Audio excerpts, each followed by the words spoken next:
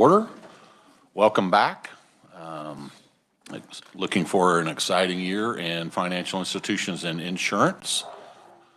It appears that Commissioner Smith has drawn a crowd. This is kind of record attendance. Couple of housekeeping things. I want to welcome Senator Warren to the committee. She will be taking Senator Hildebrand's place, so welcome. We're glad to have you. Sometimes we deal with some legal issues in here, so it'd be nice to have a real attorney instead of us trying to act like we're attorneys. Next item on our Senator Gossage is joining us via WebEx with her hip problem. I think she told me she'll be back in a couple of weeks, so looking forward to her coming back. We're going to start off with bill introductions. Eric, you have a number of them, I think. Thank you, Mr. Chairman. Eric Turk from the Kansas Insurance Department. We have 6 bills for introduction this morning. The first is RS number 0100, which concerns the risk-based capital instructions annual update.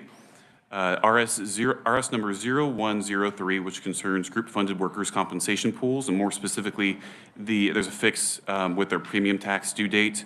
RS number 0176 concerning prepaid legal and dental service plans and the individuals who solicit those memberships.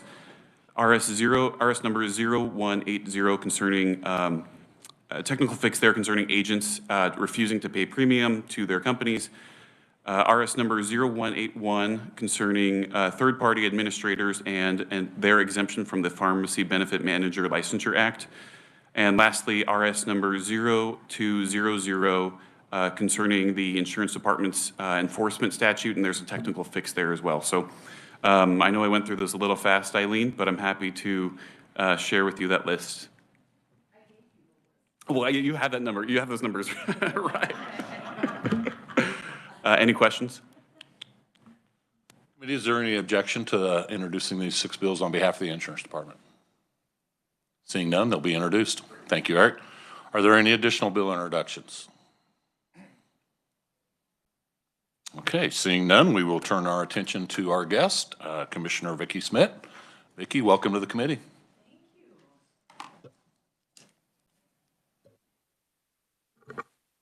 When he started with bill number 0100 and then with 0200, that means there's a lot of bills left to be introduced, I'm going to assume.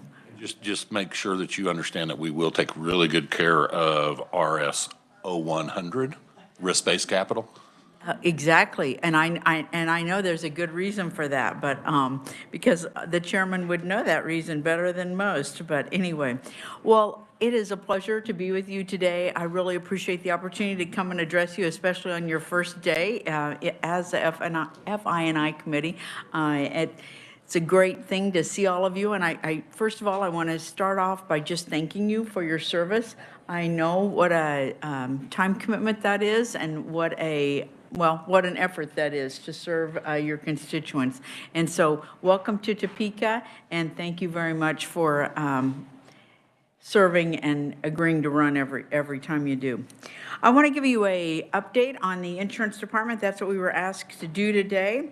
And I know that you probably know the mission of the insurance department is to regulate, educate, and advocate. We take that mission statement very seriously. And it is my goal as commissioner to efficiently carry out the mission, but also effectively serve the citizens of Kansas. I am really proud to report that the department's never been more committed to our mission statement and to the industry and to the people of Kansas. So I wanted to start by talking a little bit about our licensing and operations overhaul. You have played a huge role in our ability to right-size the department. And we have appreciated all of the efforts that you have helped us with. In 2021, you passed Senate Bill 37. That was a producer licensing process that we had at the department. We transferred our operations to NIPR, or the National Insurance product registry, producer registry. And NAPR has changed a lot of our operations, all for the better. And it's certainly changed it for the better for the industry. As the bill was being considered, you know, you always ask us for a fiscal note, and those fiscal notes are sometimes hard to come up with because we were really had to put a lot of effort into guessing what it would cost the department to institute Senate Bill 37. We estimated that it would cost the department $5.2 million over a 2-year period of time, and that's money that goes back into the industry pocket, and it also helped us lower the cost of our doing the business. To date, we have saved the industry and our partners $4.5 million. So we're not quite through our 2-year period yet. So we are pretty sure that we will exceed our goal by the end of this year. And that's a really good thing for Kansans.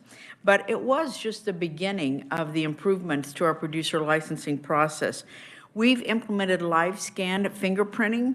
I don't know whether you are familiar with that process, but when you get your fingerprints, the old process was you got your fingerprints put on a card, you mailed them into the department, we hand carried them over to the Attorney General's office for the rest of the processing, and then they communicated back to us. With live scan fingerprints, we don't have to have the cards anymore. We don't have to be worried about someone's fingerprints being lost in the mail to us or and other being dropped off at the office. When we started this year, I think we had, three places in Kansas that you could do live scan fingerprinting. Quite frankly, thanks to Mandy Rowe, the chief of staff, who has talked to, I think, every sheriff in all 105 counties now. We have over 20 of them available now, and we are constantly working on having more. Hope to have one at our department, in fact, very soon. So that has been a big improvement. We've also lowered our fingerprinting fees from $60 to $50. We can do it for $50, and so we have lowered that price. We also, in that bill introduction, the 6 that you heard today, I believe there's one in there, and if it's not in this series of 6, there's a few more coming, but there is a bill that gives us further flexibility to lower our licensing fees, because right now the way the statutes read, they are a concrete number, and I don't want any authority to go any higher than that, but I'd like the authority to be able to lower them if we have the opportunity to lower them as we become more efficient. It's not only the fees that we're looking at, though. We are also have several bills that we think will eliminate overly burdensome and unnecessary fees. And so we do appreciate your consideration of those. I'd like to switch a little bit to securities education. This committee also handles our securities side of the office. And, you know, the legislature last year stopped the sweeping, the statutory sweeping of the securities fees into the general fund, and we've continued that moratorium on those fees. That fee moratorium in fiscal year 21 and 22 has created a savings for the industry of about $32 million thus far. We expect that number to continue to rise in fiscal year 2024. We will start instituting the fees again, but we've done fee studies, and the moratorium has given us that opportunity to do that, and they will be lower than prior to the moratorium in fiscal year 2021. So stay tuned about some additional savings there. We've also increased our educational efforts with regard to securities and securities fraud.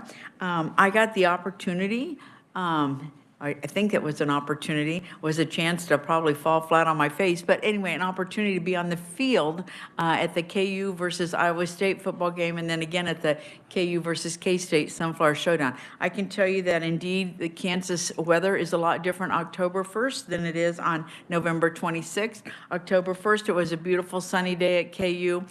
Took our student 3 times he got 3 chances to kick they called it a field goal, but we were on the 0-yard line. So anyway, but to kick it, and he was not a football player. He was asking me, how many steps should I step back before I do that? Oh my goodness. I'm not probably the one to ask that. Anyway, luckily we found somebody who said 3 steps back, 2 steps over. whatever. Third one, he made it. And so it's very exciting. Fast forward to the KU State game. It was raining, it was cold, it was miserable, and we had a female that won the opportunity for the football, for the kick. And lo and behold, she was a soccer player. And she nailed it the first time. I was never so happy for her and for me to get off the raining, freezing cold. But anyway, it was a lot of fun. But and we have received a lot of hits on our website and things after those opportunities. So last year, we did relaunch our website, smartinvestks.gov. It's a sports-themed website about how to avoid fraud and how a big education initiative around fraud. We talk about the different types of investment and the different types of investment fraud. smartinvestks.com also promotes integrity within the investment industry, and it empowers our rookie investors and our veteran investors alike. And we've made a lot of tools available on that website, including things like a broker check to make sure that your broker is actually licensed to do business in Kansas. Because I know none of us ever get those 800 calls on our cell phones telling us that they have a great opportunity to invest. So anyway, we're trying to educate the public on that. Fraud is a subject that nobody likes to talk about, but it is ever increasing for us. We are law enforcement officers at the department. We continue to bundle up cases and get them ready to go to the AG's office for prosecution. In 2022, we doubled the number of prosecutions that we sent to the AG's office, or that we referred to them for prosecution, from the previous year. Unfortunately, fraud increases when the economy gets a little tighter and a little tougher, and that has an impact on everyone, and certainly it drives up the cost of doing business for Kansans. So it is critical that we educate Kansans on how to best avoid it. We are proposing two bills that we hope will be referred to your committee this year in the security space. One will protect vulnerable citizens from securities fraud, and one we hope will help victims people that fall victim to securities fraud. And we look forward to working with you on those. Just last week, an Arizona man was convicted of 2 counts of securities fraud here in Kansas and was ordered to pay $550,000 to 2 Kansas investors. So the crimes are not small, but you can imagine the impact of the damages are very large to those individuals. So while we do a lot of different things at the department, but I have to tell you that consumer assistance to me remains a top priority for me as a commissioner and hence to the department. I do think that we are the best kept secret in state government. I think people aren't aware of everything we can do to assist in that space. And I would say that I'd put the team that we have at the department in consumer assistance up against anybody. They're very good at their job. And so I want you to let us know if you have constituents or if you yourself need some assistance. You got to tell you a couple of little stories here. One is on one of your fellow colleagues. Let's see, I'm not on the Senate floor, so I can name a name, right? Representative Fred Patton. We had to read about his insurance incident on Facebook. Come on. I mean, really. So, and we were able to assist, and so don't make me read about you on Facebook. We also, I think I may have told you this story about the cochlear implant person. We had a young grade schooler, I think 3rd or 4th grader, that mom posted that they we're doing a GoFundMe page for $30-some thousand cochlear implant. And I read that on a Saturday night and thought, that doesn't sound right. I'm pretty sure insurance pays for cochlear implants. And turns out we looked in the comments and found somebody that we knew that had commented on it and reached out to that person and ended up getting connected to the mom. The issue was that insurance pays for 2 cochlear implants, but not just 1. So we had a little talk with that insurance company, and she got her cochlear implant, and I am really excited to tell you that I got to see her perform in a Civic Theater production just in December, and she is just a delight, and it was really fun to get to meet the person that you helped, and her mom. By statute, I also serve on the Healthcare Commission, the State Employee Health Plan Care Commission. The department, we do accept complaints for the SEHP, and we pass them along to the SEHP. So we also can be of assistance there. The late interesting things that happen in the world of claims. The late Russ Jennings, a year after his death, his spouse received a rather large bill for services, and so jumped in, and that is now taken care of. So let us know if we can help with state employees also. We again, I want to hear from people, and I was at a campaign event earlier this fall, and I believe I may have gone off script just a tad. And I said something about, don't make me hunt you down. I will look on Facebook and I will find you. And the Iola Register printed that. They did say it was tongue in cheek, so I was okay. But anyway, I'm here to tell you the same. Don't make us hunt you down. I wanted to let you know the dollar amount of what we've recovered. So during my term in the Commissioner's office, we have recovered over $26 million for Kansas constituents. We actually set a record, a new milestone in 2022, $7.6 million in 2022 alone. So we don't just talk about doing this. We've got the record to prove it, and we want to continue to build on that record. So, again, let us help you and your constituents. If you have an insurance issue, we want to know about it. And I think people, when they call in, and when I've talked to people, they go, we don't want to bother you. We thought we'll try and do this ourselves, or, just because it's taken us 4 months, we didn't want to bother you. Please bother us. This is our job, and so bother myself and my staff. I want to introduce you to a few key contacts that we have here today with us, so that you'll know when you see them in committee, and when you give them a call, you'll know who they are, just in case you don't. Eric Turek. Stand up, Eric. Eric is the Director of Government and Public Affairs. He started in the Senate when I was in the Senate. He started in the Senate, spent a short time there, and then moved over to the House and spent several years in the Speaker's office. He replaces Lee Modisette, who I know you will miss his tap dancing, but he moved to the private sector last summer, and we wish him luck, but we are really excited to have Eric with us.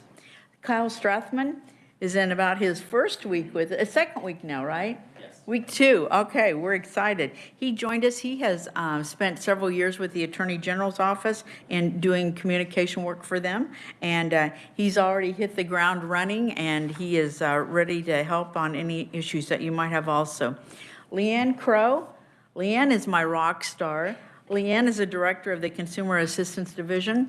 Her division is the first one to talk to Kansans when they have an issue. And, unfortunately, we don't talk to people on their best days usually. Sometimes it's the worst day of their life when they have to call and ask us for some help because something has gone wrong in their world. And Leanne's group functions with a lot of compassion, and they are very professional. And I'm just really grateful to them. Mandy Rowe is, many of you know Mandy. She's been around for a little while in the State House, and she's been my chief of staff for the past 4 years. And I hope all of you have her cell phone number, because she can always get to things, and mine, but we can always get it to the right person. I do want you to know how much we look forward to working with you this session. Eric sent a copy of our legislative agenda to you via email, and I think we did that before the session started. Our agenda, I just want to be very clear on what our agenda actually, what drives our agenda and where we start at in the department when we start talking about the legislative agenda, because it's about 9 pages long when we ask all of our directors and executive staff what they want. And what we hone it down to, we want to improve operations, We want to provide clarity for the industry. We don't want them to have questions about things, and we want to better protect Kansans.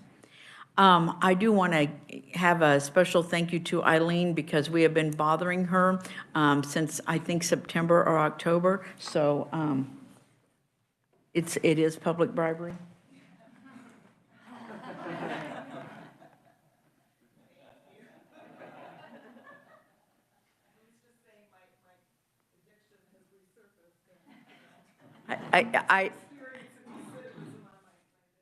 Well, I think a little caffeine never hurts, and, you know, as your pharmacist, I'd advise you not to drink it like maybe 3 hours before you go to bed, but, you know, it's up to you. But we do really want to thank Eileen because, you know, I know that when we get an RS number, when I was a senator, I probably never appreciated what goes on in the back and forth of getting an RS number to completion. We think we've given her perfect language. We submit that to her and we go like, hey, here you go. And there comes back with some red markings on it. And wow, we didn't realize that, or, you know, or we need to use a different term, different style, whatever. So we do appreciate your assistance with everything. Gosh, I finished a little early, so I just thought maybe you might want me to tell you some Jeff stories when I was on FI&I, but I think I'll close my notebook and put his heart at rest. Where is that AED machine? Anyway, again, thank you so much. I'd be happy to take any questions, and if I don't know it, we have staff here, but I really do appreciate the working relationship we've had these past 4 years and look forward to continuing it. And thank you to all the staff for helping us along our way. And thanks for the invitation today. Vicki, thank you very much for your presentation. We will open it up for questions. I get a start.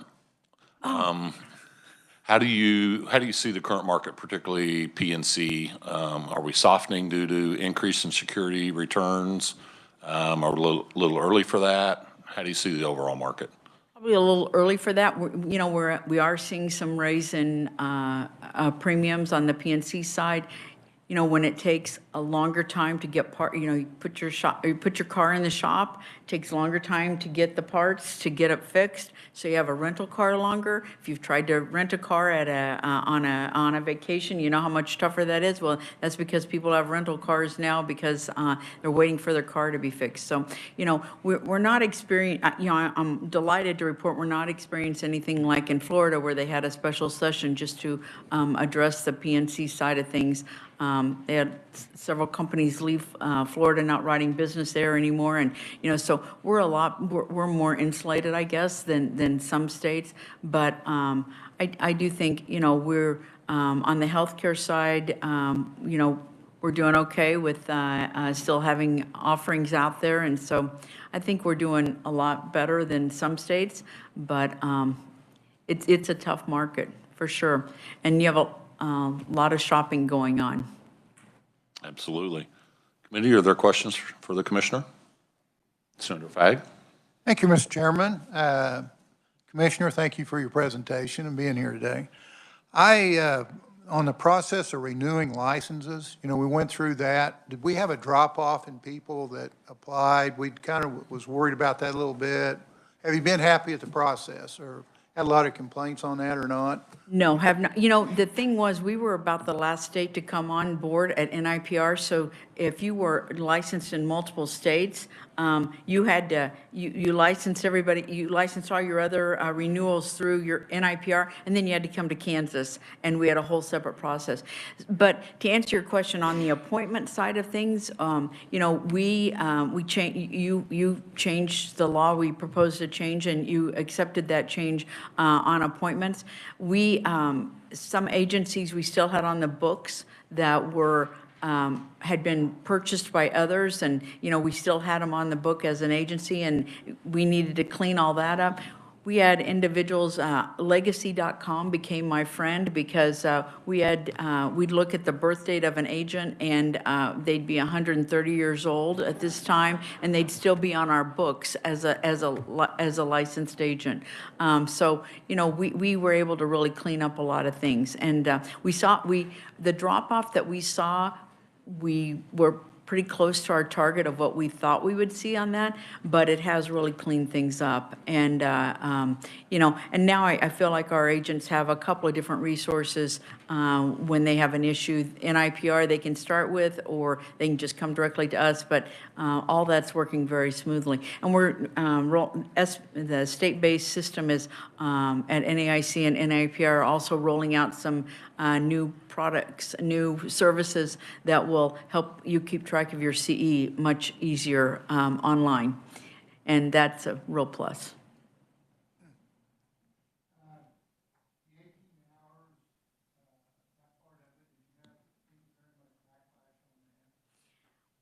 Well, I'm not going to tell you that we didn't have any complaints on it, but if you were dually licensed, your requirement went down 6 hours. And, like the old saying goes, we don't hear a lot from the people that we please, which is fine, but only the ones that were, but I would say that were maybe caught by surprise that we sent out tons of communication on it.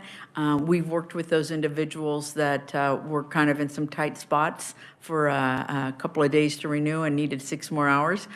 So we were able to work with them. And online CE education has created opportunities that we wouldn't have had prior to that.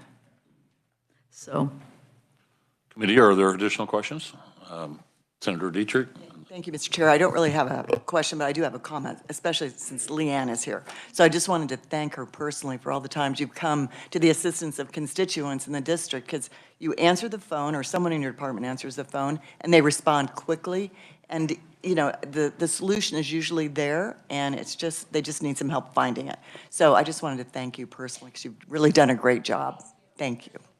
Thank you for that. And you really make the point. We do have live people answering telephones. We don't have an answering machine, or, we try not to make you punch 15 things to get to us. You call the consumer assistance line, you're going to talk to somebody. On the rare occasion when all the lines are busy, we'll get back to you we'll get back to that person right away. So thank you.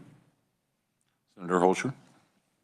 Thank you, Mr. Chair. Thank you for being here. On that issue of continuing education, I have one of those individuals in my district who's been in the business for over 50 years. Is there something to be said that once you've had a license ongoing for a certain time span, that the continuing ed, doesn't have to be done? And, and by all means, there may be some issues too with usability of online education, that type of thing, for some individuals in the marketplace? Well, I might have an opinion on that. I can tell you as a pharmacist, I think I need more continuing education the longer I'm in my career than when I first get out. When you first get out, you just came out of school, and I just think, things are a little different. In Kansas, we don't have an exception for, if you've been in 50 years and you've been licensed so many years or anything like that. We don't have those exceptions. There are a few states that have those exceptions. That's certainly a policy decision for the legislature to make.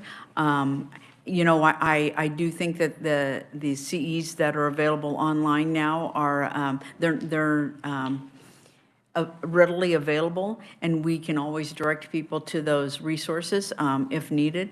But it's part of protecting the consumers. I mean, we want the agents to be as knowledgeable as they can be when they're talking to you about a policy. But that is a policy decision for the legislature, and we will enact whatever you tell us, because I am a law-abiding insurance commissioner.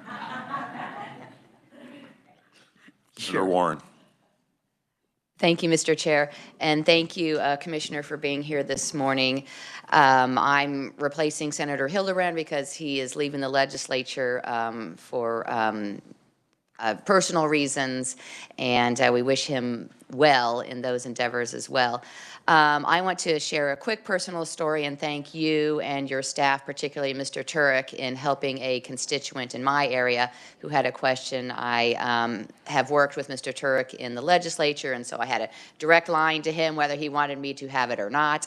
And he was very responsive, and the constituent very pleased with how your office and Mr. Turek, and I'm sure others helped with the situation as well. So thank you for that, and look forward to being part of the committee, Mr. Chair, and moving forward. So thanks very much, Commissioner, for being here.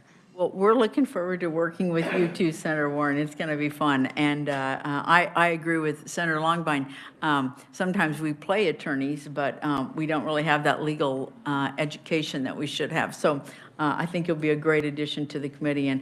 And we, you know, I appreciate you acknowledging the staff and their ability to find answers for people. Because again, I think once we have a positive experience with someone, then they'll refer others. And we always like that. So keep our phone lines ringing. Additional comments? Senator Pittman. Just thank you for the update, and I just want to make sure I congratulate you on your reelection. It's nice to have you back. Thank you very much. I appreciate that. Any last chance? Senator Fagg. Thank you, Mr. Chairman. Commissioner, is there any challenges ahead that, you know, what's your biggest challenge you see for the insurance department going forward? Is there anything that keeps you up at night worrying? There is. I'd say number one on my list is cybersecurity of the industry, and you know, the NAIC is doing a lot of work in that front. Keeping our companies solvent, making sure that they have the resources to take care of the policyholders and the people doing business with them.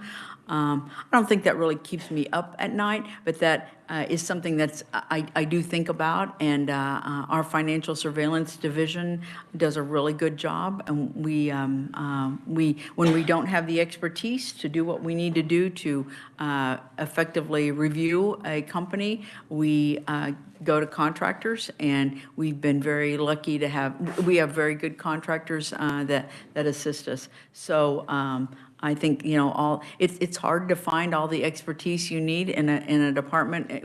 Our department is, I don't know whether we're medium-sized in state government or what we are, but you know, we're not a New York. I don't have a financial surveillance team like New York does. So we use the resources that we need, and you know, but. You know, I think about a lot of things at night. I worry about people that don't call us. I worry about people that suffer needlessly when they're trying to get a resolution and they just didn't ask the right question to the right people. And so spread our message, please. I know I'm standing on a soapbox now. I know. Well, it's good to know that Mike's knee is healed enough that you're not having to play nurse at night anymore, so.